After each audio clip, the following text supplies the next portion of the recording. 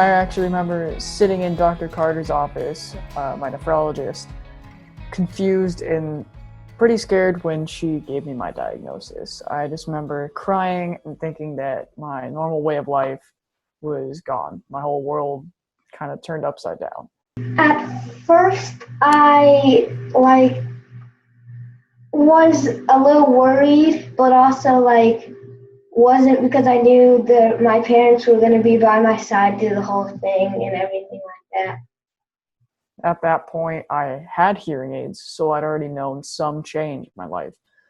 But to find the cause of the hearing loss and know that it was much more serious than I ever thought it was going to be, and to hear her say that, yes, at some point I was going to need a transplant, it scared me.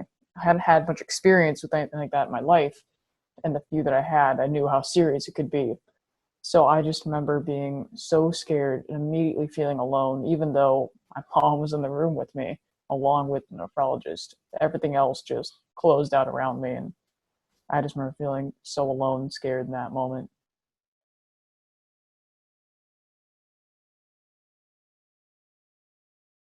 My brother and I used to be very active together. We would play lacrosse, basketball, whatever we wanted to do in our backyard.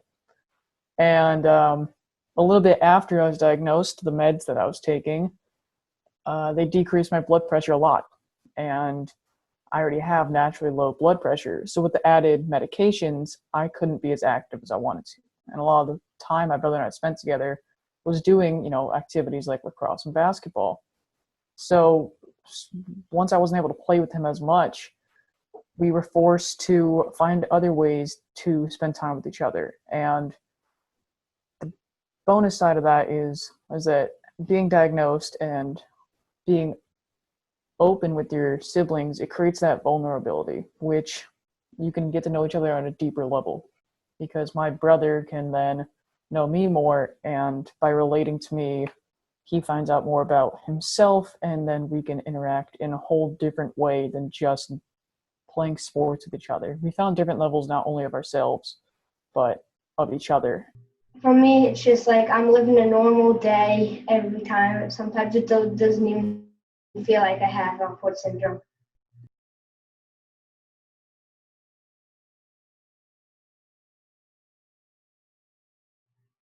Be supportive and help if they need help sometimes if you can and everything like that.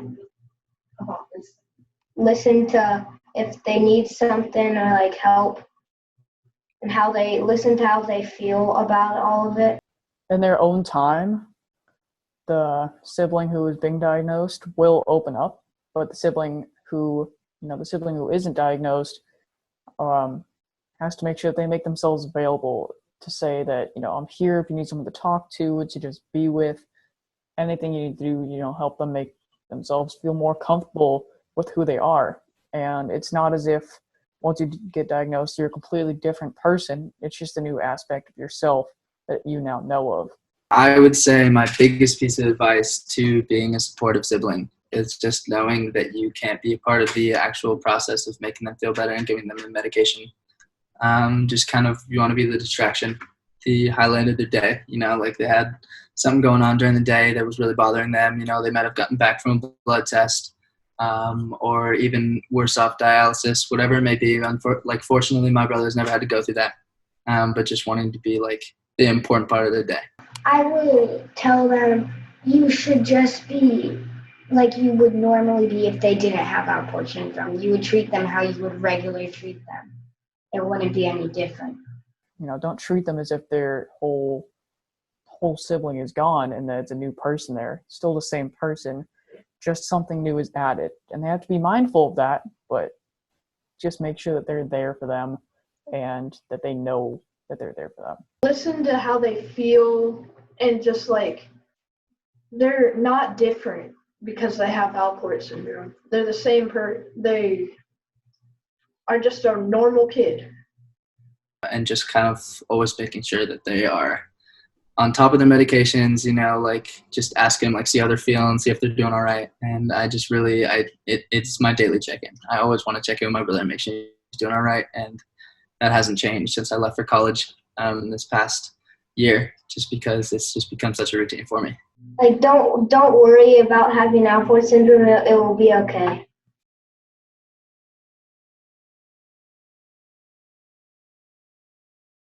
One thing that's always consistent is making sure that when you are speaking to them, it is very helpful to be in front of them and that they can see your mouth, because whether we think about it or not, people with hearing loss, we look at people's lips. If we may not be great at lip reading, it helps no matter what. And it's just a subconscious thing we do a lot of times. So facing them when they're talking, really speaking at a volume that you're sure they can hear, and you will, you'll figure that out as a family what those volumes are, and you'll get more comfortable with the hearing loss as time goes on. But speaking behind them is tough, and really, covering your mouth, like I said, it's very hard to understand if we cannot see your lips. So really just being mindful that their hearing is different now. And while hearing aids have amazing technology and they are fantastic, it's little things like that that help so much more.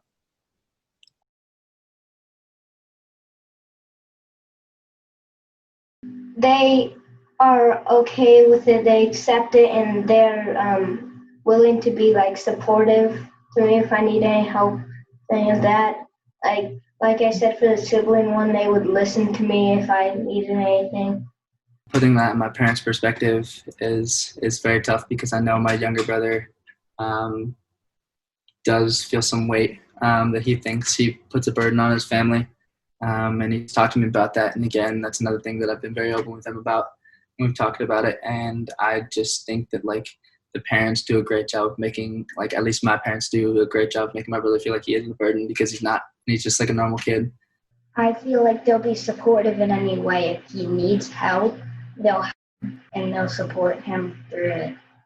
Even though he does have these problems, and even though he does have, like, these health issues that keep him back from doing some things, but he's just like everyone else, and he shouldn't feel like he's a burden. And my parents do a great job of making sure that they don't feel like they're dragging them down, or like they're not doing something as a family because he's sick or whatever that is. And I think that's the most important part, because my brother knows that he's just as important as to our family as the rest of us.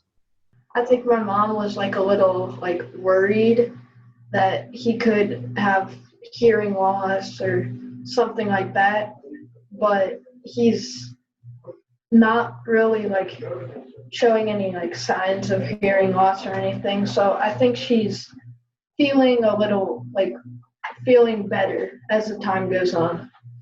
My parents just want what's best for me. They want to be able to help in any way that they can.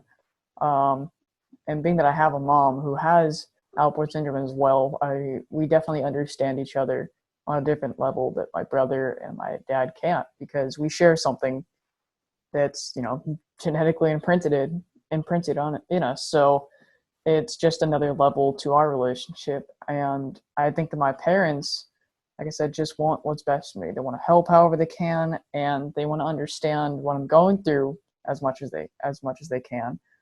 And I know that they don't see me as being defined by my disease by any means. They just see me as their kid. And though I may have more challenges than some other kids my age, they hopefully see, what I do to overcome those challenges and still live a very normal life. And they're there for me every step of the way. So I think they just see me as their kid, and that, what our life is normal for us. And that's huge. It's not too big of a difference now, because we've done everything we can medically and emotionally. And though we've gone through some hard times, my parents have seen me at my lowest points, at my highest points. They've seen the change that I've been through, but they've also seen the growth. So I just hope that they see that their kid as, coming out on top of this and being the best person they can be.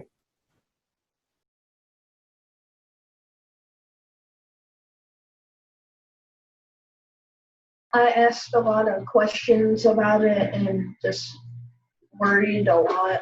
I was very overwhelmed when I first found out that my brother was diagnosed with Alport syndrome.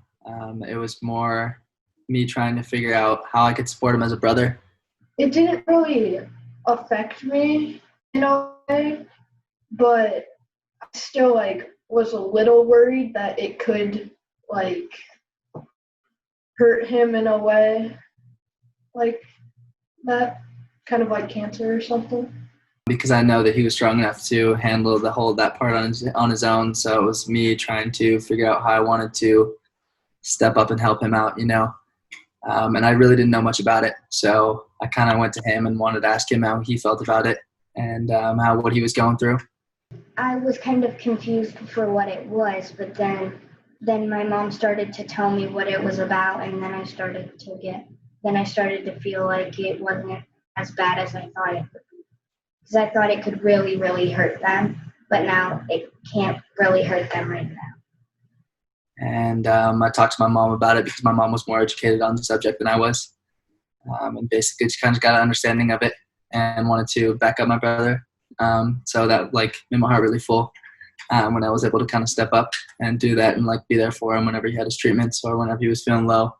I just tried to listen to my mom to like know what it was all about, to learn how I could help my family members.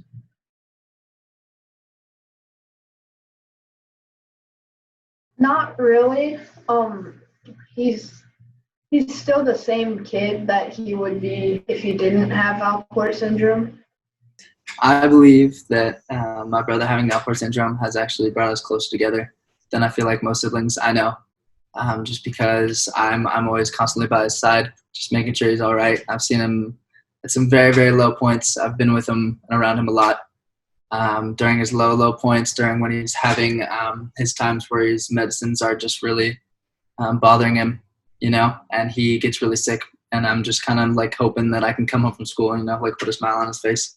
No, because he will act the same. It's just he has something. It's not like he'll be doing crazier stuff if he didn't have it. He'll be acting the same. And also I've seen him at some really good moments where about a few years ago, I was 16 when I decided to make a lacrosse team called Battle Lacrosse and actually put together a lacrosse team that competed in a major tournament in Palm Springs with a bunch of my friends that I've met through playing the sport of lacrosse and bring them together. And we raised about $8,000 for Alport Syndrome Foundation during that time we played. So that was very important to me, and that also brought us together, and just seeing him being able to do that was huge for me.